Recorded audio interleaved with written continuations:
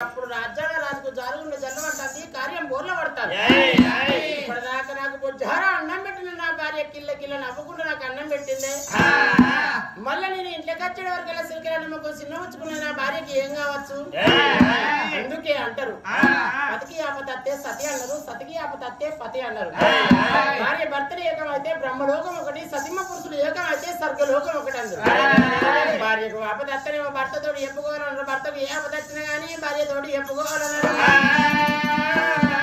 భార్య అంటేనేమో కనుగుడు లాంటిది భర్త అంటేనేమో కంటి రెప్ప లాంటి వాడు కనుగుడుకు ఏదన్నా ఆపదత్తే కంటి రెప్ప చెప్పన కనుగుంచి కనుగుడులుగా పాడుకుంటాయట గదే రీతిగా భార్యకు ఏదన్నా ఆపదత్తే భర్తే ఆదుకుంటడము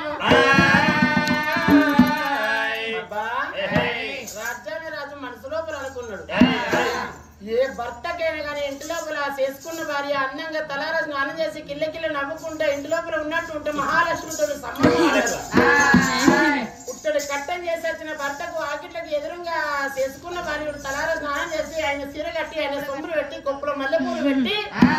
భార్య బొమ్మలను బంగారు బొట్టు పెట్టి మంచినీళ్ళు చేత పట్టుకుని భర్తకు ఎదురుగా వస్తే ఎంత కట్టం చేసినా కానీ ఆ భర్త కట్టం భార్య మొక్కలు చూడంగానే ఆకిట్ల నిర్బంధం అయిపోతుందట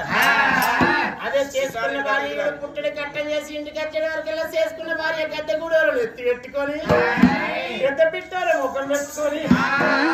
మరి భర్తకి ఎదురుగా వస్తే నాయనగానికి దరిద్రం పుడుతుంది ఇంటికి వచ్చినాక ఈ కట్టప్ప ఆడవాడ ఎంత ఎత్తే పద ఇంటికి వచ్చినాక తర్వాత ఈ దరిద్రం ముఖం చూసుకుంటే ఎన్ని రోజులు బతుకుతారని చెప్పి ఆడికి ఏం చేస్తాడు మరి ఆడికి వెళ్ళి ఆడే వైన్స్ కూతురు వైన్స్ అయినాక తర్వాత వాడు 9 అంటాడు 9 అన్న గడ కోటర్ అయితే కోటర్ అయినాక ఆపైనాక వాడికి ఫుల్ అయితే ఫుల్ అయినాక వస్తుంటే గడ్డ పట్టు పడతాడు అందుకోరానికి ఇంటి లోపల చేసుకున్న భార్య మంచిదైతే భర్త బాగుపడతాడు భర్తను బాగు చేసుకునేది ఆడతల్లే భర్తను చెడగొట్టేది కూడా ఆడతల్లే కాబట్టి నా భార్యకు ఏం కట్టం వచ్చిందో ఏం ఆపద వచ్చిందో